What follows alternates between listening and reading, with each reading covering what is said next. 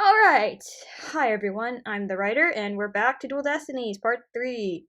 Sorry, it's been a while, but I'm gonna upload Tuesdays and Wednesdays, and then focus on my writing on Thursdays and Fridays. Anyway, let's get back into it. So yeah, it's break and all that, spending time with holidays, but now we're back to this. This isn't exactly how I envisioned the second day of this trial to start. But given how things ended yesterday... Good morning.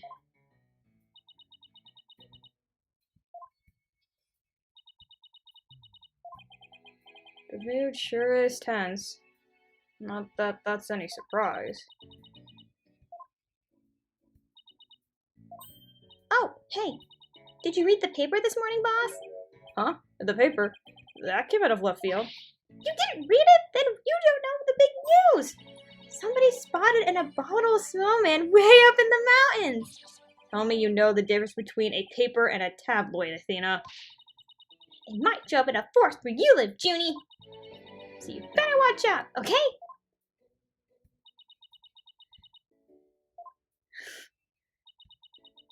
Huh? You really should read the story for yourself. I couldn't even begin to do it justice. Justice? Oh. Huh? Oh, poor Apollo, and it's all my fault. Athena! Oh, Junie, what was I thinking? I'm so sorry. What we found yesterday was not Apollo's dead body, thank goodness. He'd been assaulted by someone with a blow to his head and was lying unconscious.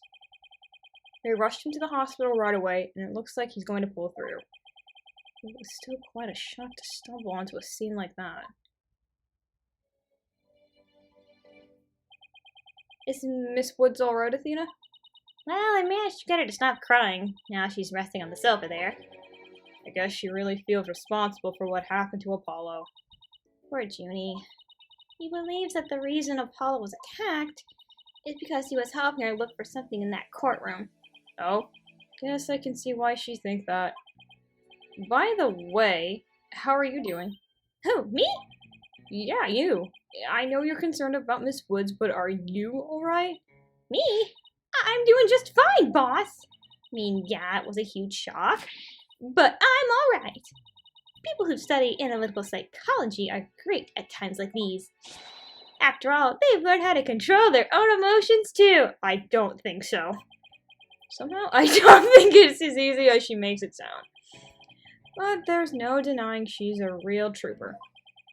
Apollo doesn't remember a thing, does he? Yeah, he can't really recall anything from the time right before he was assaulted. Nothing about what he was doing in courtroom number 4 or who assaulted him. The doctor said it was probably due to the hit on the head he took. Assaulted in a court of law and losing your memory at that. I know how that feels. Oh yeah, he does. Oh, I forgot about that. But who in the world would do such a thing? Huh, Mr. Wright? Just wait till I get my hands on the coward who hurt Apollo! Now, Athena. I thought you said you were in control of your emotions. Let's just focus on helping Miss Woods, okay? But I admit I'm just as upset as you. Okay, boss. You're right. Apollo's assailant can wait until after we clear Junie's name. That's the spirit. Now, let's see. I better check the court record one more time before the trial starts. Memory served when I have more than 6 pieces of evidence. I should be able to switch the pages. Alright, to Mr. Wright, I'm ready whenever you are. Alright, let's get ready to rumble. You bet. With everything that happened with Apollo, I didn't have time for a proper investigation. I can't let that stop me, though. I have to get this right for Miss Wood's sake and Apollo's too.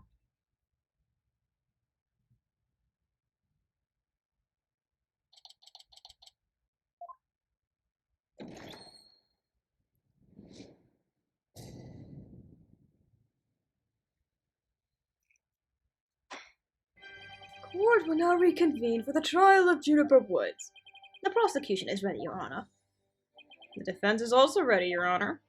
Now then, I believe I instructed the prosecution to further their investigation. Were you able to locate the remote switch in question? I'm afraid the remote switch is still missing, Your Honor. I must say I'm disappointed, Mr. Payne. Not angry, just disappointed. Oh, so are my parents. I apologize, Your Honor. Aha, looks like the prosecution is just as unprepared as I am. There is a separate matter, however, I'd like to bring into this trial. A separate matter, you say? And what might that be? I assume you are aware that another incident occurred during yesterday's trial. I'm speaking, of course, of the assault on Mr. Justice in the ruins of courtroom number 4. Uh-oh, why is he bringing that up? Yes, what a truly harrowing experience it must have been. Poor Mr. Justice! At the time of the attack, Mr. Justice was not alone. He was with the defendant, Miss Juniper Woods. He isn't going where I think he's going with this, is he? The prosecution wishes to indict Miss Woods on the charge of Mr. Justice assault. Of course. Order in the court. Mr. Payne, the incident under deliberation here is the courtroom bombing. The assault on Mr. Justice has nothing to do with the trial. But I believe there is a connection between this case and Mr. Justice's assault. Please take a moment to consider the facts. Both events occurred in courtroom number 4. This is the location of courtroom number 4, where the unconscious Mr. Justice was discovered. And as you can see quite here, this is where Detective Army's body was found.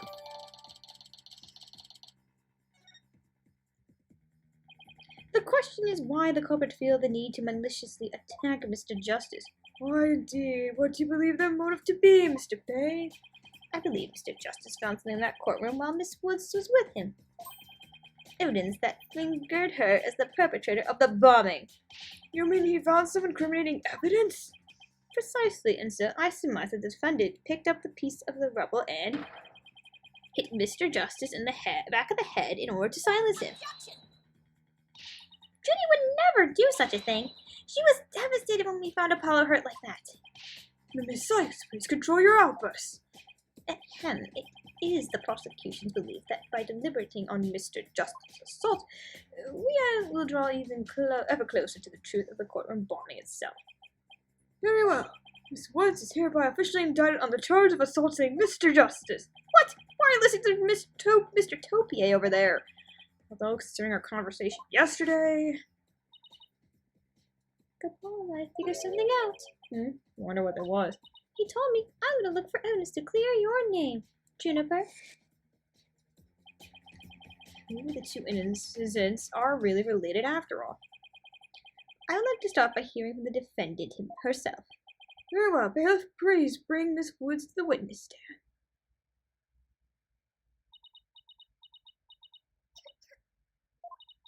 I'm sorry. I can't seem to stop. Miss Woods. Guess she's really upset about Apollo. Miss Woods, you went to the ruins of courtroom number 4 with Mr. Justice, did you not? Yes, I did. Good. If you would, then please testify about what happened to the court.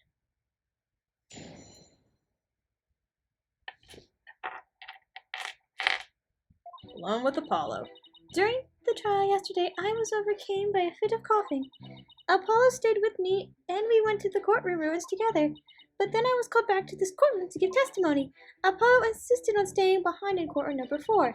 I swear I didn't attack Apollo. Why would I ever hurt such a kind person? So, Mr. Justice stayed by your side while you were feeling unwell? What an admirable young man! I thought his loud voice was his only outstanding feature! Oh God, Apollo. He may look like a little imp at times, but Apollo can be really nice too! Oh my God. I hope she didn't hurt her wrist backhanding that one out. But one has to wonder, why did Mr. Justice stay behind in the ruin? I think Apollo might have figured something out. Something? What kind of something? Something to do with the courtroom bombing. Kind of something, I think. Oh, new evidence for the case. What is it? It's a very big kind of something indeed. I believe so. He mentioned looking for some evidence when I was called away. Just as I thought, there is a connection between the two incidents. But the defendant has told a very big lie, Your Honor. What lie is that? She learned Mr. Justice would be in the courtroom. Whoops! When she learned Mr. Justice would be looking for evidence, she attacked him. She attacked him to give herself the chance to destroy that evidence. No! I never... Miss Woods repaid Mr. Justice kindness with violence. We found proof of her foul deed there in the courtroom ruins. What on earth? Do you see that? In there in front of Mr. Justice's right hand. Witness the message he left for us. It's written in blood. Woods? Why isn't that? That's right, Your Honor. It says Woods in capital letters. What? I submit that Mr. Justice left us the name of his attacker before he fainted. You mean assaulted? No, that can't be true. Why would Apollo write my name? Mr. Wright! The nerve of him leaving that message! Why would he do this? Hey, don't take it out on me. I don't understand it any more than you do. We discovered Apollo yesterday. Apollo! No! Ah! We didn't even have a chance to rush over to him. As soon as security heard Athena scream, they ran in and cornered off the area.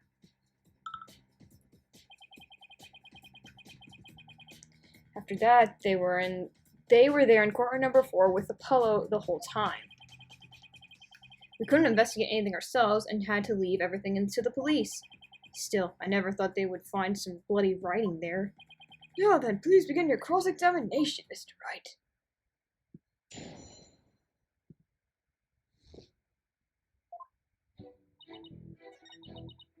Hold it! Why exactly did you go to the courtroom ruins? We wanted to look for my medicine to stop my coughing. Your medicine? Why would your medicine be in courtroom number 4? I dropped it in the heat of the moment. Bump Rap Rainy. He was keeping my medicine safe for me. He has a little compartment that I can put things in, you see. And Phony Fancy has the same type of pocket. That's where the bomb was inserted. I had to put my medicine for my coughing fits inside Bump Rap Rainy. When I told Apollo about it, he said he could help me go look for him. There was so much rubble in there, I was worried, but there was no rubble or anything in front of the witness stand. So we got inside, Apollo went straight there, and started searching for my writing in that area. It was so nice of him to do that for me, in spite of all his injuries. Apollo is so strong and kind, just like the trees of the forest. The way she makes him sound, you think Apollo was some kind of ancient god. Oh, wait.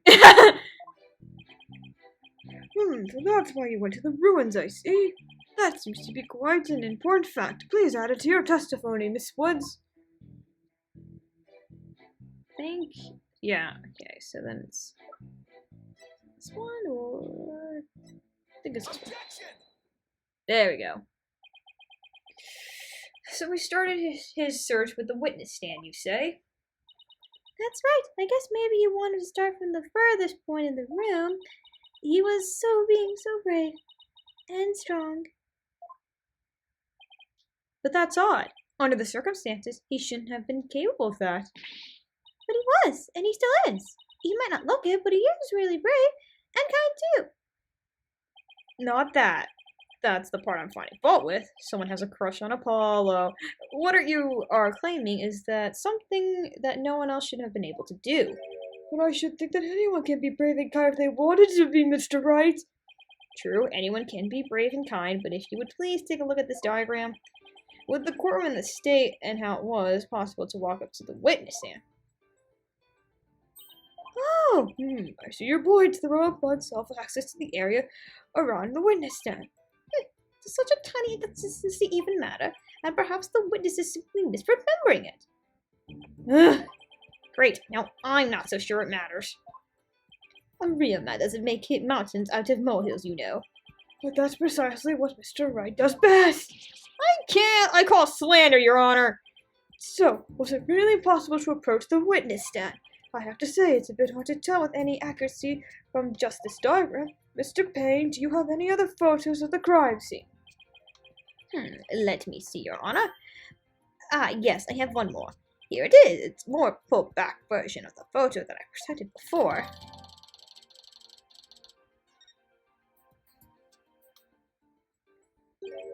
Huh? What's that hunk of metal on the wheels? Mr. Payne, is that metallic object in the photo of Mr. Tetonate's bomb transport case? That's right. Is there some problem? Oh yes, the transport case was there in quarter number 4 when the bomb went off. It must have been there ever since. Oh, that's it! Miss Woods, have you remembered something? Yes, I just realized. Its position. It's different from before. Its position? The position of what? The position of that big metal thing. The bomb transport case? Yes, when Apollo and I went there, it was in a different place. Where the case is in the photo was open space, so it was easy to search the stand. I see. So where was the transport case when you and Mr. Justice saw it? As I recall, I think it was more to the right.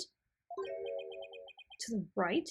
Then that means, in that case, the case was over there at the time of Apollo's attack. Who cares where the transport case was when? What difference does it make?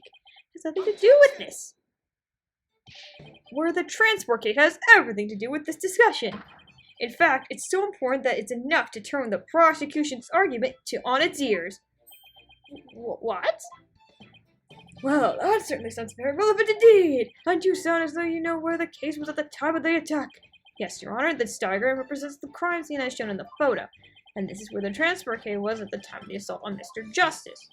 Alright, I have this. The bomb transport case was here at the time of Apollo's attack.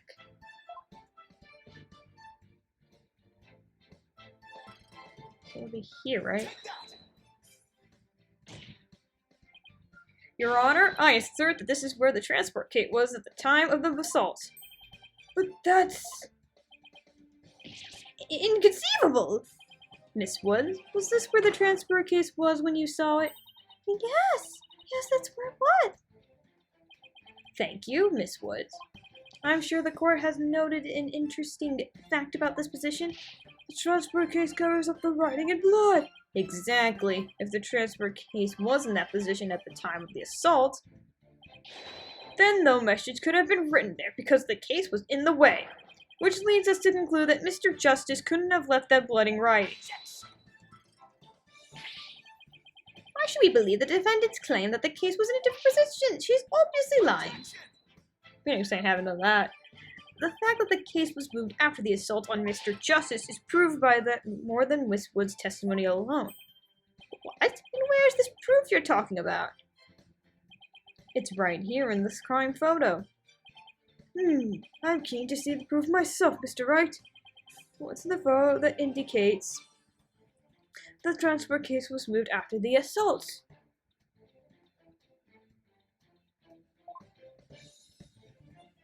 Come on. There you go. Please take a look at the marks that run over Mr. Justice's bandages here. I see it, but what is it?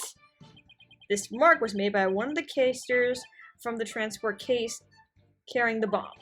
As the case was moved, it ran over his bandages. In other words, the transport case was originally to the right of Mr. Justice. After that, Mr. Justice was assaulted. The transport case was moved! What? Just as Miss Wood said, the case was covering the writing at the time of the assault. Therefore, it was impossible for Mr. Justice to have left that message in blood. No!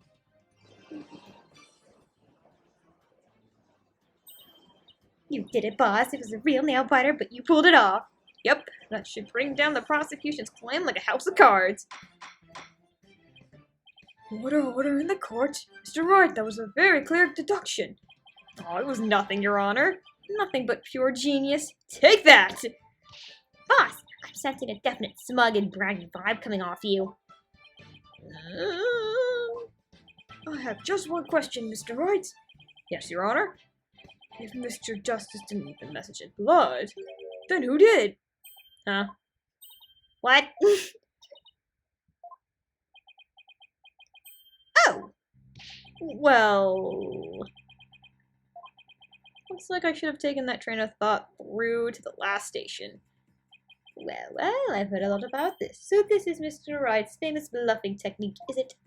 Ah, this feeling, it brings back memories of the old days. Back when you carved out a name for yourself by bluffing your way through thick and thin. Gee, Mr. Wright, the judge kind of makes you sound no better than a two-bit con man. Major argument says confidence, Mr. Wright. I'd like to hear your answer just as much confidence.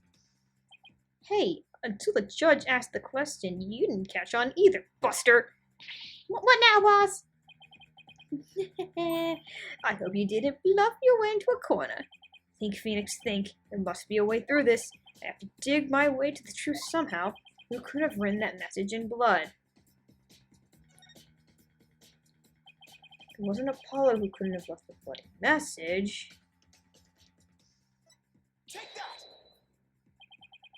To be honest, I didn't actually have any real proof of this, but I've come this far, there's no turning back now. Besides Apollo, there was one more person who shed blood at the scene of the crime. A person who shed blood? You don't mean. Oh, but I do. I believe it was Candace Army who left behind this message in blood. What? What? Detective Army? Are you sure you know what you're doing here? Not really. Kind of ridiculous assertion, isn't that? If you had said the attacker left the message to throw people off, it might have made sense. At first glance, that would seem to be the most reasonable explanation. However, Apollo didn't shed enough blood to write such an extensive message. Oh, no. Oh, I see. Even the photo makes it clear there wasn't enough blood to write all those letters. And Mr. Justice did survive. I suppose he didn't bleed very extensively in that case. But why would Detective Army write the defendant's name? There's no connection between the two whatsoever. And I didn't even know the lady who was killed. I admit the investigation didn't turn up any connection between the victim and defendant. They had never met each other once. That's very true. Well then, let's see. Then maybe the intended meaning of the message is not what it appears to be. The intended meaning? Not what it appears to be. Maybe the message was not intended to be Woods. Coming from you, that's quite a bold statement, Mr. Wright. You wish to assert that this bloody writing could have some other meaning. Yes, Your Honor. For something I pulled out of a wormhole, it could turn out to be true, right? It clearly says Woods, as anyone can plainly see. What other meaning could it possibly have? But Candace Army was a detective. Maybe Woods only means something to the police. Like a police scanner code, for example. I didn't think of that. You may have tricked His Honor, but you'll never get the best of me. I have a thing for studying on weekends, as you may have already guessed. And there is no such radio code as Woods in this state, dear Mr. Wright. Is that a fact? Don't look at me. I know as much as you do about police codes. Enough of this. I was quite taken with the defense's new theory, but if they can't substantiate it with anything, then I must end things here. No, please wait, Your Honor. Very well, but before we discuss this theory any further, I demand a plausible explanation. So, Mr. Wright, what is the true meaning of the bloody writing? Well, I believe it's... And no stalling! If you can't come up with an answer quickly, I will declare this discussion officially over. I'm in trouble now. What other meaning could it possibly have besides the obvious one? Maybe it means something in another language, or maybe it's a code. Think, Phoenix, you can do this. Which piece of evidence tells us what the word woods really mean?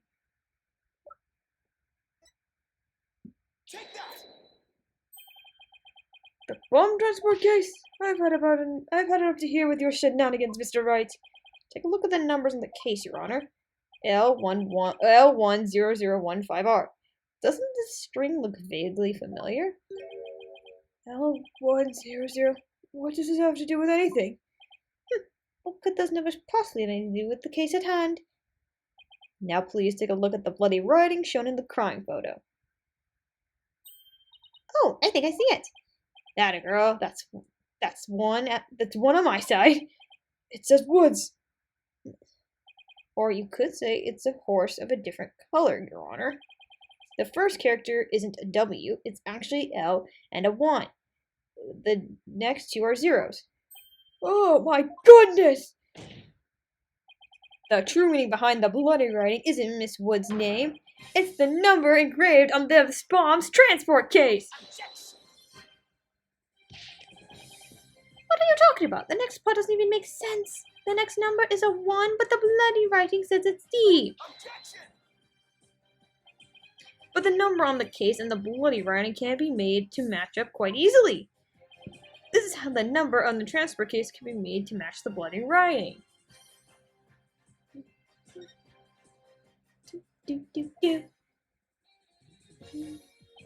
Please erase the third downward stroke of the W and curve the part of the D.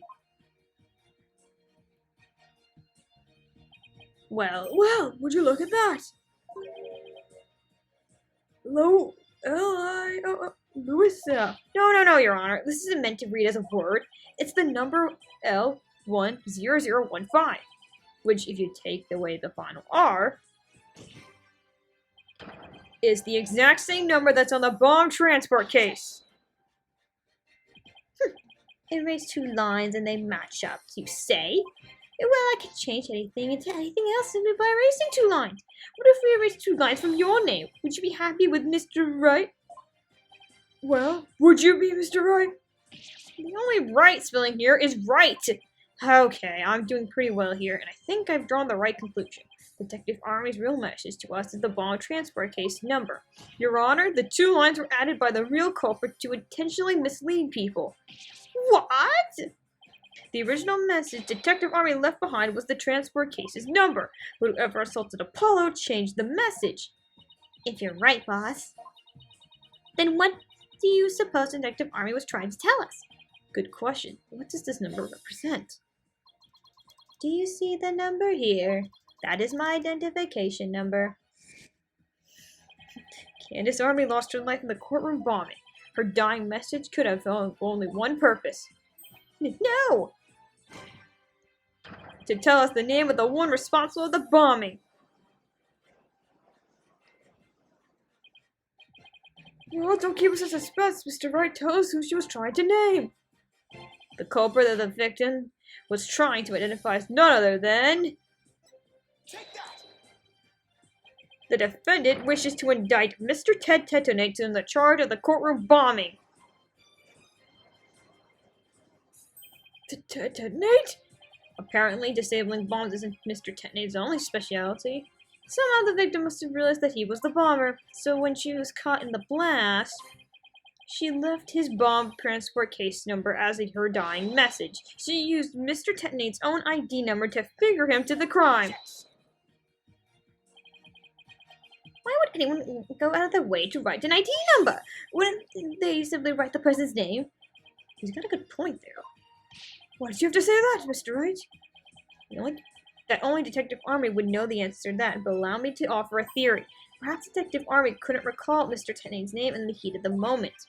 As I recall, this was the first meeting between the two. It's entirely possible they didn't have been. It's entirely possible they wouldn't have been familiar with each other. Or maybe using the ID number was a way to hide its true meaning from the real culprit, thus lowering the odds that they would erase the bloody writing. But no matter what the reason, the important thing is the meaning behind her message. The fact remains, she wrote Mr. Tetonate's ID number. Now, just one moment here. There hasn't been any proof that it is indeed Detective Army who wrote it. The bloody writing wasn't found during the investigation after the blast. If Detective Army had left the message, it should have been there at the time. Oops. Naturally, Mr. Tetonate hid it before anyone else could discover it. And there's a simple explanation for how he was able to do so. What? Mr. Tetonate was able to cover the message up because... the first person to discover the bloody writing was Mr. Tetonate himself. I was the first one on the scene after the explosion. I went there to ensure safety, but I ended up discovering a dead body. When Mr. Tetonate saw the victim had written his ID number, he used the bomb transport case to cover up the bloody writing as a stopgap measure. Oh, so that's why the message in blood was under the transport case. He didn't have enough time to try and scrub away the writing. If he didn't report the body right away, he would look suspicious. So, those letters lived on to serve as another function when Mr. Tenney used them in another incident. Oh, the assault on Mr. Justice! Exactly. Mr. Tenney hit upon a plan to use the bloody writing for his own purpose, so he didn't clean it away. Instead, he made it look like Mr. Justice wrote it, by adding 2 lines to the writing that Detective Armory left behind. He changed the meaning of the message. He made it look like Mr. Justice was accusing Miss Woods of the act. So that means the only person who could have altered the bloody writing was the courtroom bomber, who was the same person that assaulted Mr. Justice. And that person is Ted Tenney. Yeah!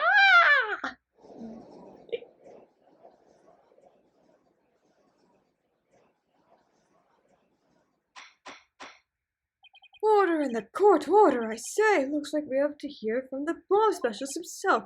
Mr. Plain, please have Mr. Tenney take to the witness stand. Yes, Your Honor. That was great, Mr. Wright. Just doing what I do best, which is flying by the seat of my pants. Dismantling the case is yours. Do as you think you can. Do you think you can handle it? I look forward to seeing you try. I've finally drawn Mr. Tenney back to the witness stand. Looks like you'll get your wish, Goggle Man. Now watch me take your lies apart.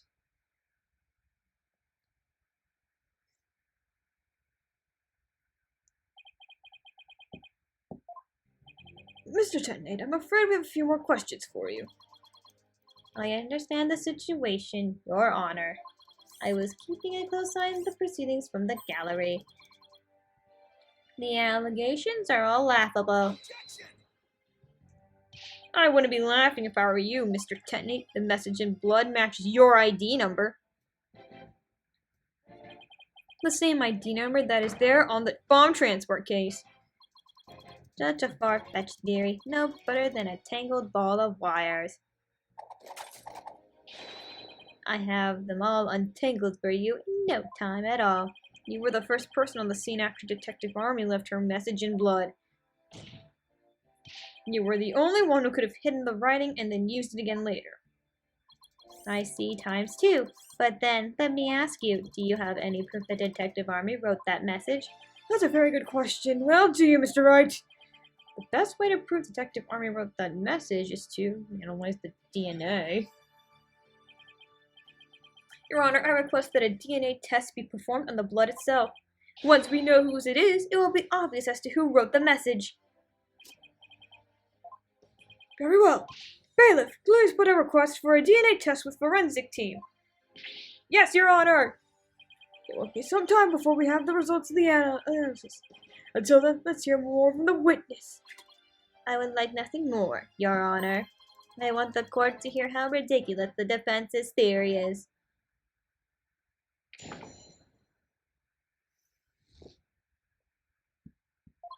I admit I was there. I was the first one on the scene after the explosion.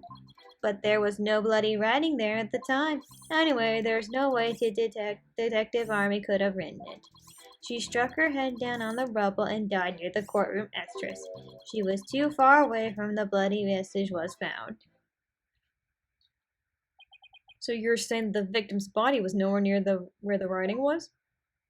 Precisely. It was as plain as day that she could not have written it. It's true the body was discovered near the entrance to the courtroom. Let's have a look at the crime scene photo. As you can see, there is blood on the rubble near the victim's body. She must have died after hitting her head there.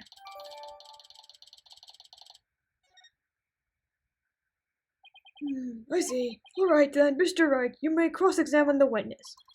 Do you have what it takes to take my infallible testimony apart? I think it's on the 4th one, right?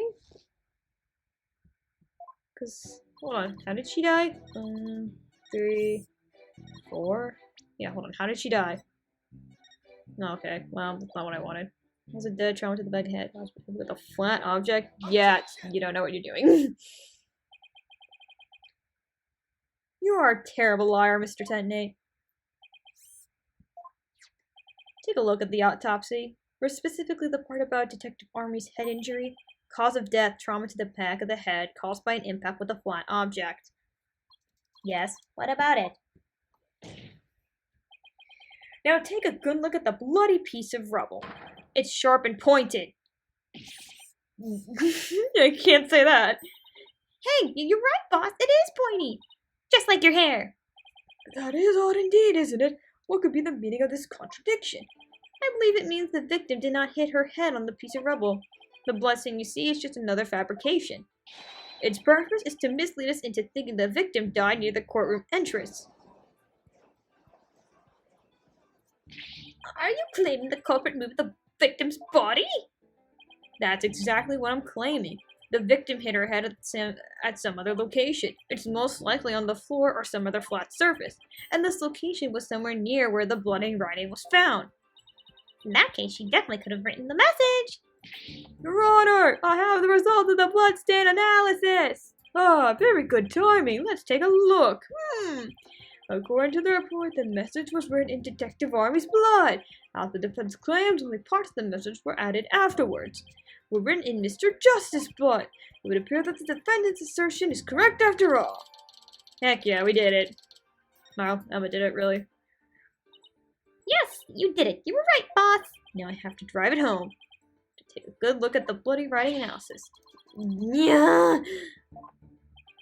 Mr. Tennant, now apparently you have told several lies to the court. I hope you have some sort of explanation for yourself. Fine, I will confess. You will? But then, why are you so calm? This time, I will tell the truth.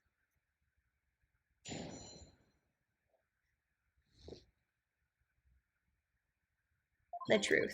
It is true that Detective Army wrote my ID number. She very plainly wrote L10015R. I was shocked, but I did not detonate the bomb. Detective Army must have mistaken me for the real bomber. Not wanting to be accused, I moved the body and covered the writing. My bad. I see. So it was your assertion that you merely moved the body, is that it? That is correct. I did not kill Detective Army.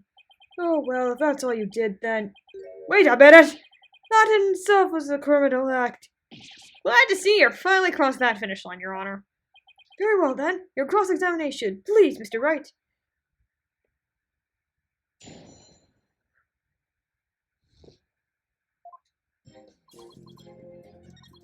I can't get over the soundtrack. It's so good. I think we can do this. Yeah. I want to make doubly sure that L10015R is really what you saw written in blood. Yes, it very clearly said L10015R. But that's odd, because that's not what I see here.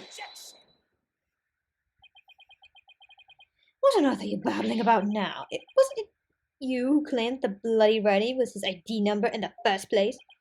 Take a good look at the photo in the bloody writing analysis. Now tell me, does it really say L10015R? Oh.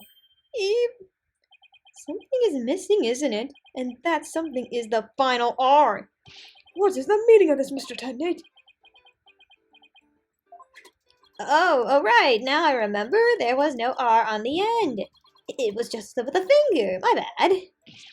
Come back, my beautiful contradiction. Mr. Wright, I'm not sure it was just a simple slip of the finger. You have something for me, Athena? I sense that he's extremely agitated, almost panicked. He does look pretty flustered. Well, Mr. Wright, it appears it's nothing more than a mere mistake. I don't know. Did he really just make a typo? What about the R did Mr. Tennant really see? Maybe Mr. Tennant really did see the R, but there's no R anywhere in the bloody writing. What's going on here? Huh? Now I take a closer look at the foe. Maybe... That's it! What is it now, Mr. Wright? You're trying to imitate Apollo and his cords of steel? I got it! So that's what happened. A slip of the finger. Is that really all it was? Because I don't think so. I propose that Mr. Tennant really did see the letter R. But the photo clearly shows that there is no R. No, you aren't. Actually, it's just the opposite is true. The photo shows that Mr. Tetonate actually could have seen the R. If you're going to make that claim, then you better be able to point out what you mean. What part of the photo shows that Mr. Tetonate could have seen the R? Look on the corner. Yeah, that's the R. Please look here at the right of the 5. Do you see a little bit of red? Oh, I see. It's just the edge of where the floor is broken up. That's the R that Mr. Tetonate saw. It's true that the witness wears some very, very odd goggles, but that doesn't mean his eyesight is bad, nor his brain power. What part of that little smudge looks like an R to you? But what Mr. Tetonate saw wasn't a little smudge. That's where the whole and complete R written there, before the floor was damaged by the explosion. Oh, well, that explains it, huh? Care to explain what you mean? Because you just proposed that everything happened in the exact opposite order. Yep, because that's the way it really went down. The time of when the R was written turns everything about this case around. Now then, the floor was damaged by the explosion. When was the message written?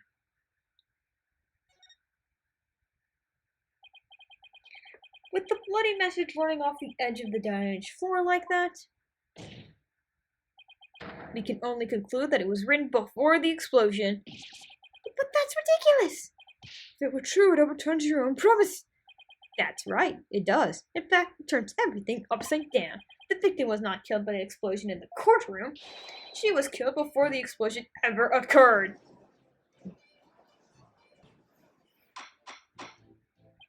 Order in the court. What kind of preposterous claim is that? Have you forgotten that the victim's body was found at the scene of the explosion? True, but consider this scenario. She was hit on the head and killed before the explosion, or even before the trial began. Her body was subsequently placed in the courtroom ruins after the bombing occurred. That way, it could be made to look like she was a victim of a blast. What? It sounds like we had better look into what the victim was doing before the trial. Mr. Payne, did anyone see Detective Army before the trial? Let's see, according to the police report. Ah, here it is. One person. One person saw the victim before the trial. And that person was Ted Tetonate. Wait, what? No one besides Mr. Tetonate saw the victim. That appears to be the case, Your Honor. I would now ask the court to recall something, specifically Mr. Tetonate's words from yesterday. It was when Detective Army and I were transporting the bomb. Oh my! Mr. Tetonate, just before the trial, you were with the victim. The two of you were together at the scene of the crime, courtroom number 4. Ah!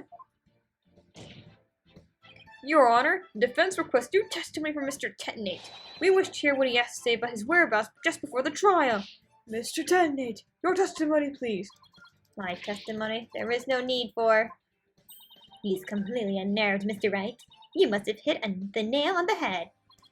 Because all I did was transport the bomb to the courtroom. I already told you. Blast the thing! I was only in the courtroom with the victim because of our work. I swear I was only transporting the bomb there. You and the victim were alone together at the scene of the crime. In other words, you certainly had the opportunity to commit the murder, did you not? Just, do you always leave yourself so open to attacks, Mr. Wright? What now, Mr. Payne? Yes, Mr. Tetonate may have had the opportunity to kill Detective Army, but an important piece of your assertion is missing. What's important piece? The murder weapon. What do you claim was used to kill the victim? Mr. Payne has a point. Even if Mr. Tetonate had the chance, without a weapon, we can't accuse him of the crime. Well, Mr. Tetonate? Oh, yes, that's right. I didn't have any sort of thing that could be used as a murder weapon. I couldn't possibly have killed Detective Army. Did he really have nothing he could have used as a murder weapon? What is it, Athena? Just looking over the victim's autopsy report, I'm hoping there's something in here that can point us in the right direction. Well, it does say she died from trauma to the back of the head with a flat object. Yeah, and to inflict that specific kind of injury. All you need is a flat surface, right? A heavy blunt object with a flat surface could definitely be our murder weapon. Well, Mr. Wright, can you indicate for the court what was used to kill Detective Army? I believe I can. Believe being the key word here. You can? And please, do show us now. What did Mr. Tetney have that could have been used as the murder weapon? Isn't it the bomb? Where's the bomb? Oh, yeah, there you go. Mr. Tetney, you say you didn't have anything that could be used as a weapon, but in fact, you had the perfect thing. What? What the devil are you talking about? You had this. That's the bomb! I thought you were trying to prove that the victim wasn't killed by the bomb blast. The bomb blast, no, but I believe Candace Army was killed with this bomb. Because this is the blunt object that delivered the fatal blow to her head. Please recall the description of Detective Army's head wound. Trauma to the back of the head caused by the impact with a flat object. We assume this injury was sustained when her head hit the floor, but a blow from any flat side of the bomb would produce the exact same wound pattern.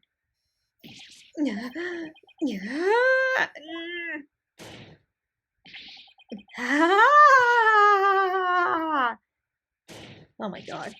He's lost it. Well, what's with him? Then show me some proof. Where's the evidence that I hit the victim with the bomb? He's right. I don't have anything decisive. Did you find any of the victim's blood on the bomb? That would be decisive proof. Not too bad, the bomb's blown to bits. It's long gone. Boom! Game over. Yeah! Mr. Wright, is there really nothing on the bomb in the photo? I don't see any blood or anything. Wait, the timer display is a little broken here. Maybe it broke when it made contact with Detective Army's head? That's definitely a distinct possibility. But unless we find a fragment with the victim's blood on it, that's not going to count. I guess you're right. By setting off the bomb, Teddy managed to obliterate all traces of the murder weapon. What in the world do I do now? Times like this, I've got to change gears and look at things in a different way. Instead of looking for things he wasn't able to hide, I should be looking for a way to expose the things he did hide. Nate murdered Detective Army before the trial started. Then he placed her body in the courtroom after the bomb went off, which means there was something he needed to keep hidden until then. And I think I have just the thing. Time to present the photo that shows exactly what Mr. Tetnade had to hide.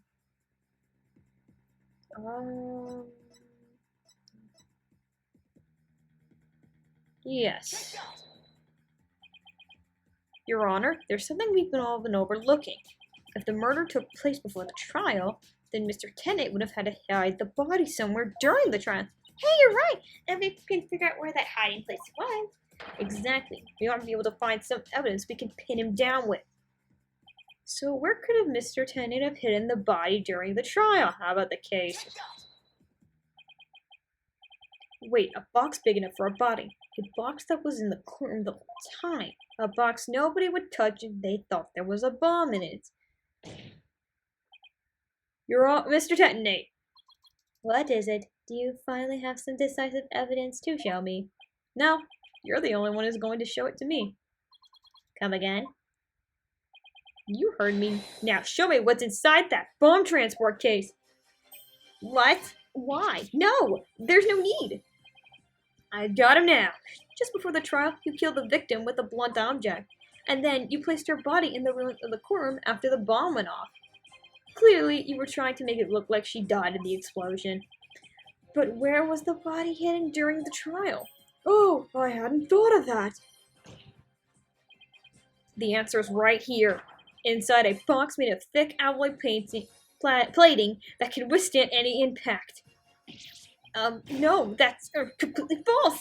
If it's false, you should have no objections to showing us your transport case. So, let's open it up and take a look inside, shall we?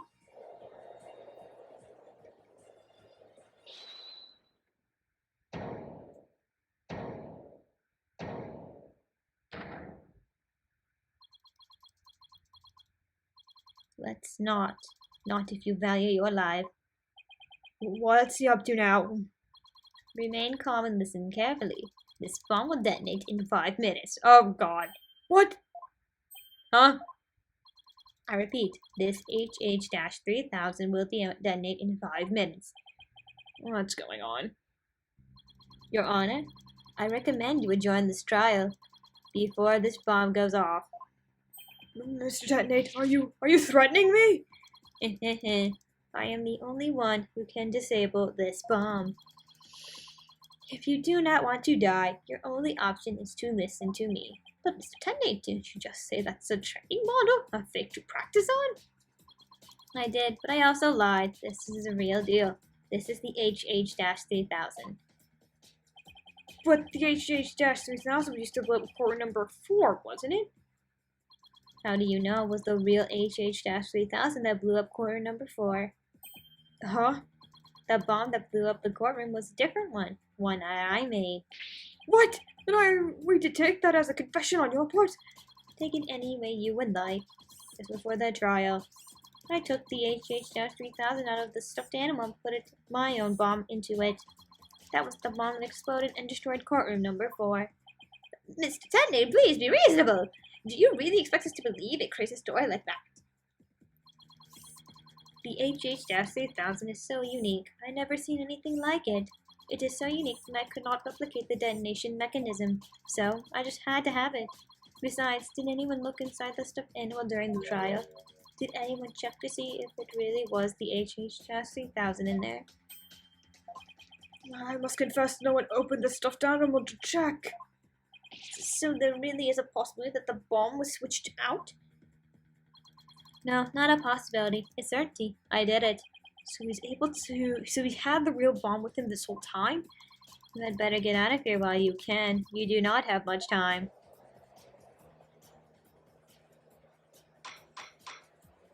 Order in the court. I'm out of here. It's gonna blow. Run!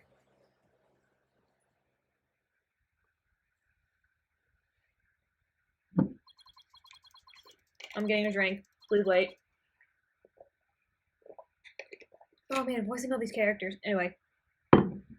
You 4 are still here? Well, aren't you brave? It just wouldn't do the judge presiding over this court to run. With that horrible explosion the other day. The judge looks like he's about to book it for the nearest exit any second. And Mr. Payne. That is. Ah! This is why you were fired. And he's off. Mr. Wright, what do we do? It'd be pretty pathetic to run now, wouldn't it? But the bomb might actually really go off! Only 3 more minutes, folks. Is that bomb really the HH-3000?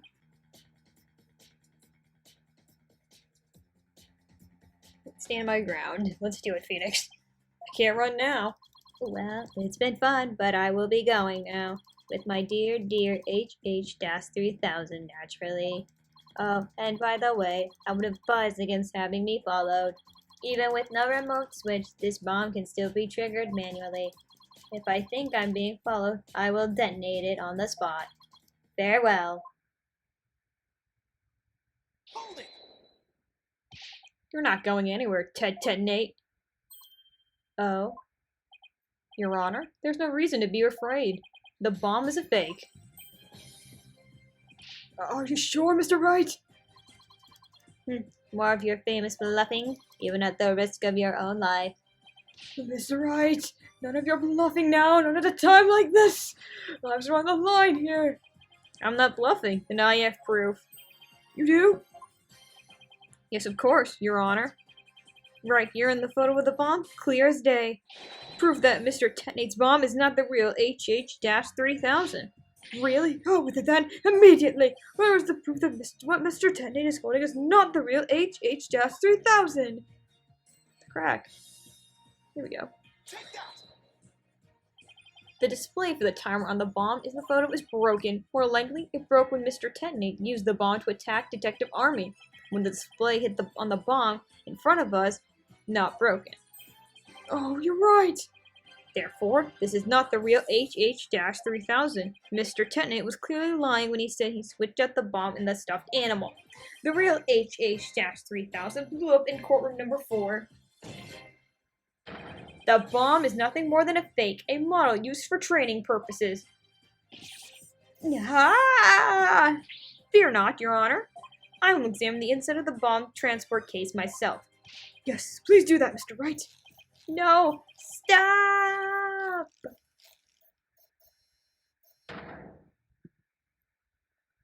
What is that? Is that the bloodstain? Just as I expected. Your lies have all been blown to bits, Mr. Tetonate. I'm confident DNA analysis on the bloodstain will confirm that it is Detective Army's blood.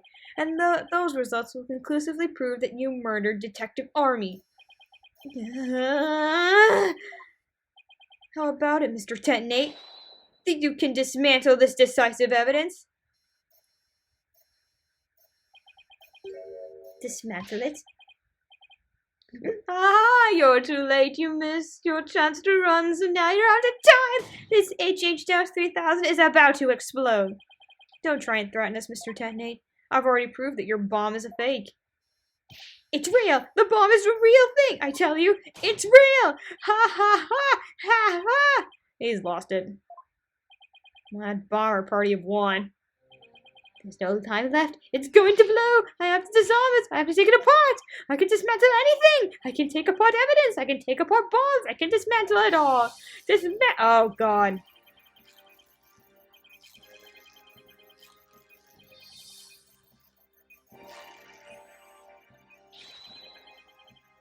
Well, he's done. He slammed his chin into it? That's gotta hurt. We all saw it here, folks. Well, only 3 of us, I guess. I think he did. Oh, that's gotta be painful. Oh.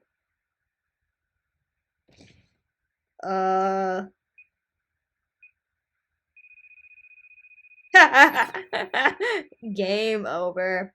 Dismantled attempt failed. Oh well. We survived. Ha ha ha, it's all over. My life has been blown to pieces. It's all that stupid woman's fault. I was selling the bomb I disarmed on the black market. When I tried to take this one, she just had to notice, didn't she? She confronted me in court number 4 that day. That's why I had no choice. Yeah, murder's always an answer. Am I right, people? Before I knew what I was doing, I hit her. It's all her fault. While I was looking for a place to hide her body, she left a message in her own blood. The trial was about to start, so I didn't have time to clean it up. Now all of this. I thought for sure I could disguise her death when an explosion. That stupid defense attorney started sticking his nose into my business. After my testimony yesterday, I went to courtroom number 4 and found that kid up all in my bond transport case. That's when I snuck up behind him and BAM! Man, Apollo. And when that idiot police arrested that little girl, I thought for sure I could pin it all on her. Why? Oh, why? Can't I? Sorry. Detonate, you are hereby under arrest on the suspicion of the courtroom bombing and the assault on Mr. Justice. Your innocence or guilt will be determined at a later trial. Now then, I see the members of the public have returned to the gallery. One person, however, seems to be still running far, far away. But be that as it may, I will now announce Miss Juniper Woods' verdict. Yay! Not guilty. Heck yeah. Oh, confetti! Confetti! Good for you, Junie. Aw. Ha ha ha.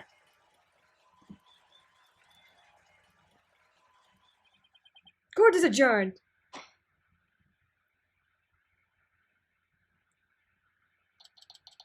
Woohoo! You did it, boss. Yeah, I guess we managed to pull it off somehow. So many mysteries cleared up all at once. It was amazing.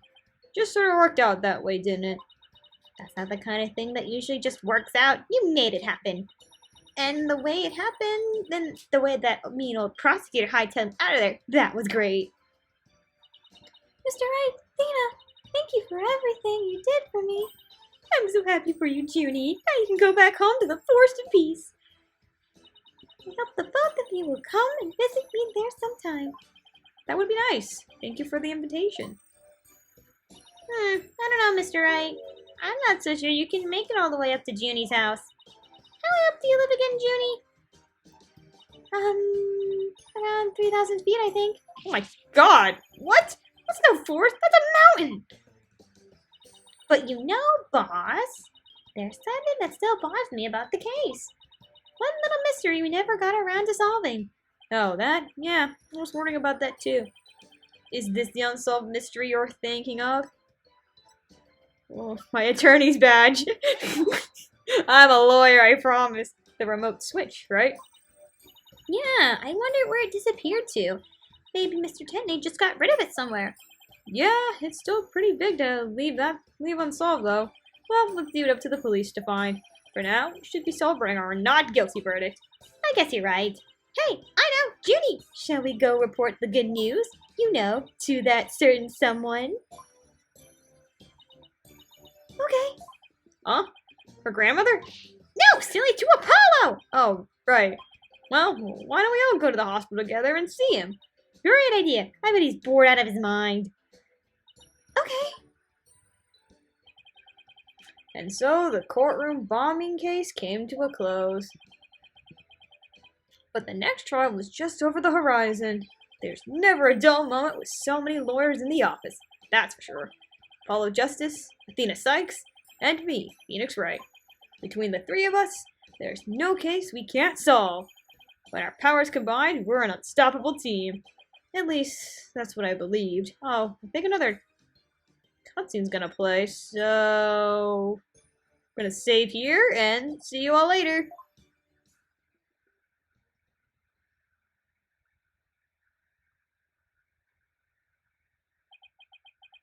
But all of that changed with what Apollo said to us that day. It was something that would put my faith in us to the ultimate test.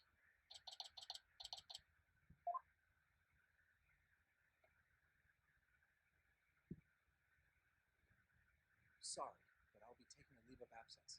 Wait, what do you mean by a leave? Can you at least give me a reason why? I can only say that this is something I must settle on my own.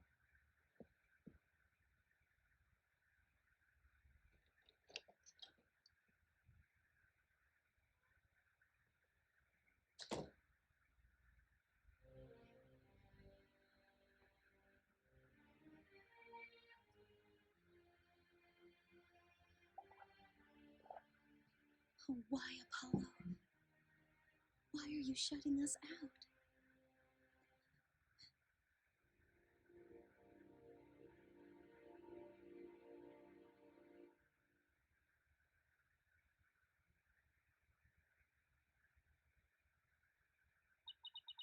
What happened to you, Apollo? Ever since you put that jacket on, you've changed.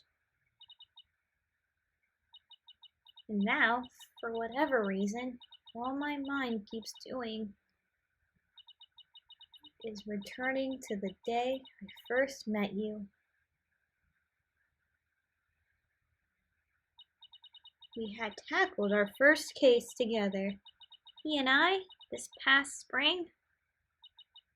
And as we did, I came to know who he is and how he thinks. It was a very peculiar case, one in which the victim was killed by a mythical creature.